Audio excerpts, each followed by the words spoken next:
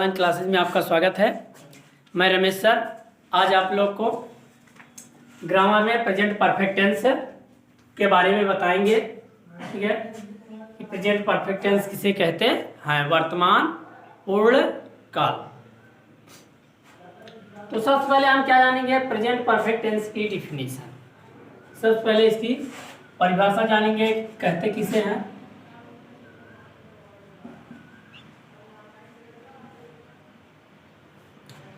तो present perfect tense किसे कहते हैं, देख लीजिए परिभाषा।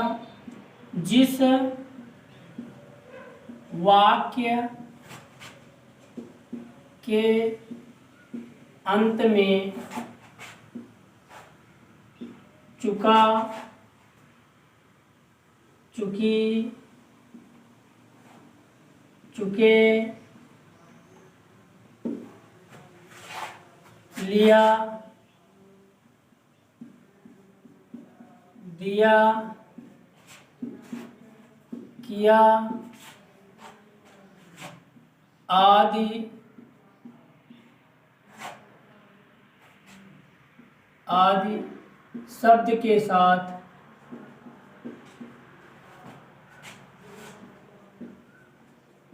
है, हूँ, हो, दिया हो, उसे प्रेजेंट परफेक्ट टेंस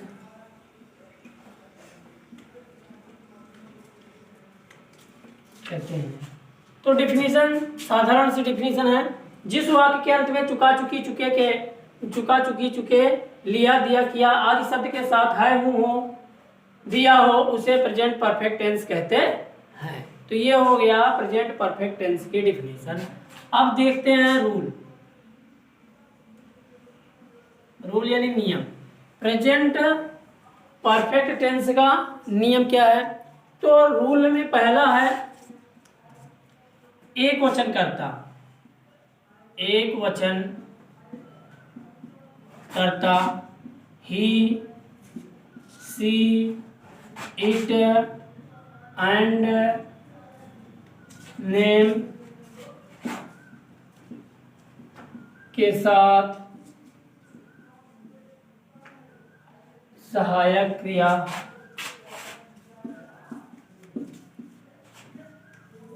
हैज का प्रयोग करते हैं। दूसरा है बहुवचन कर्ता। बहुवचन कर्ता you, we, they, these, those and I के साथ सहायक क्रिया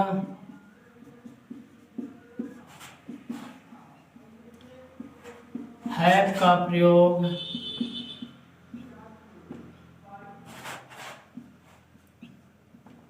करते हैं। तीसरा है सभी कर्ताओं के साथ, सभी कर्ताओं के साथ मेन वर्ब के थर्ड फॉर्म का प्रयोग करते हैं। तो देखिए ये क्या है, प्रेजेंट परफेक्ट टेंस का नियम है। यानी पहला नियम है एक वचन कर्ता ही, सी, इट एंड नेम के साथ सहायक क्रिया हैज का प्रयोग करते हैं। बहुवचन कर्ता यानी दूसरा नियम है बहुवचन कर्ता you, we, they, these, those and I के साथ सहायक क्रिया हैव का प्रयोग करते हैं। थर्ड नियम है सभी कर्ताओं के साथ, चाहे कर्ता एक वचन हो चाहे कर्ता बहुवचन हो, सभी कर्ताओं के साथ मेन वर्ब के थर्ड फॉर्म का प्रयोग करते हैं। तो ये क्या है, नियम है। अब देख लीजिए इसका क्या कहते हैं, सेंटेंस देख लीजिए। सेंटेंस जैसे कि affirmative sentence, negative sentence, interrogative sentence, interrogative negative sentence. तो सेंटेंस के बारे में देख लेते हैं।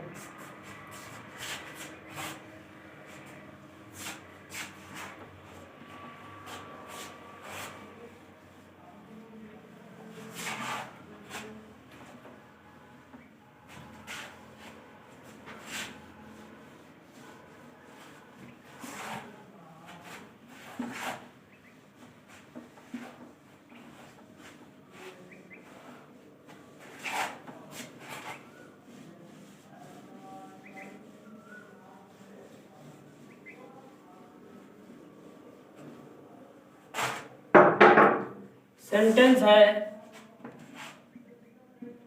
ए नंबर, अफर्मेटिव सेंटेंस।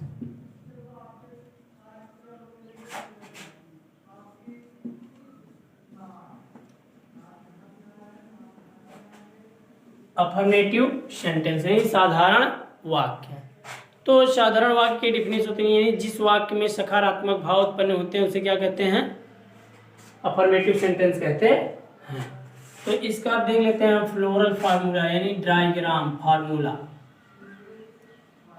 यानी अनुवाद करने का फार्मूला। सबसे पहले हम क्या करते हैं, सब्जेक्ट प्लस हेल्पिंग वर्ब यानी हैज या हैव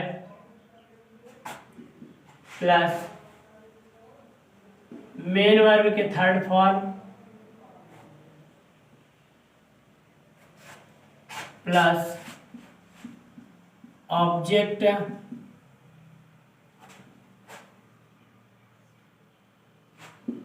प्लस अदर। जैसे एग्जांपल,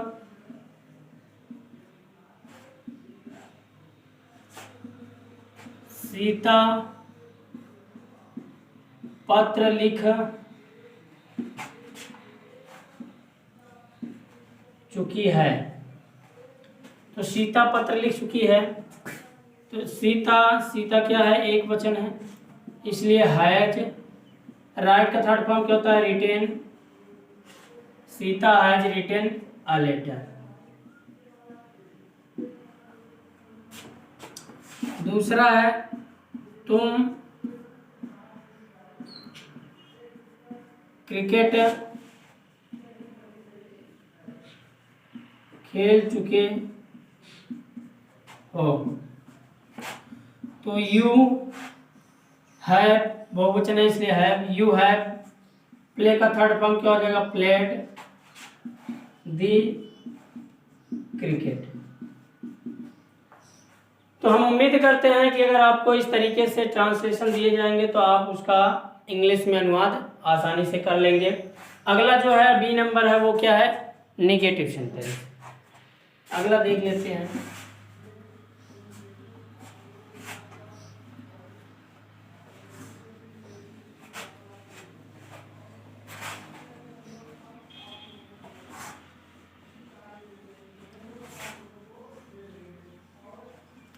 अगला यानी बी नंबर है negative sentence.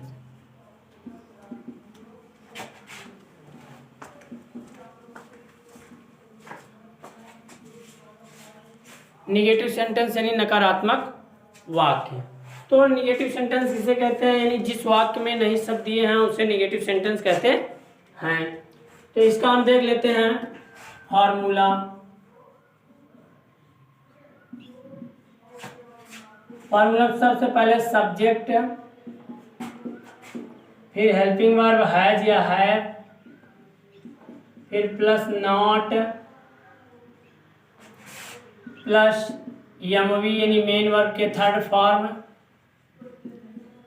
Plus object, plus other. तो ये क्या है, फॉर्मूला है। इसी हिसाब से हम क्या करते हैं, अनुवाद करते हैं। ठीक है, तो पहला नंबर जैसे वे विद्यालय नहीं जा चुके हैं।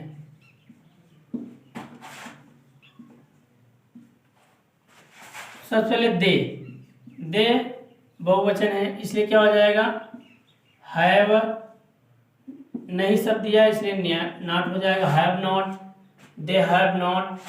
गो का थर्ड फॉर्म क्या हो जाएगा गॉन टू स्कूल। अगला दूसरा नंबर है मैं किताब नहीं पढ़ चुका हूँ। तो सबसे पहले आई क्या है बहुवचन है, इसलिए क्या हो जाएगा हैव।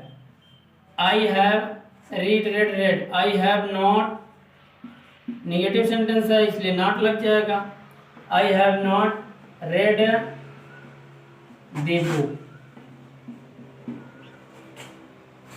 तो इस तरीके से अगर आपको हिंदी में अनुवाद दिए जाएंगे तो हम उम्मीद करते हैं कि आप उसे इंग्लिश में कन्वर्ट कर लेंगे। तो देखिए आज इस वीडियो में इतना ही, इसके आगे का हम आपको नेक्स्ट वीडियो में बताएंगे।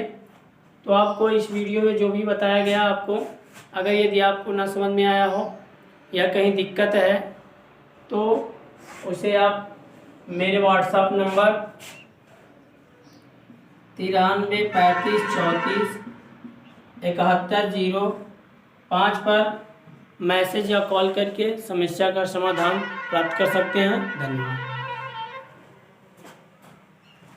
Subscribe now and press the bell icon. Never miss an update.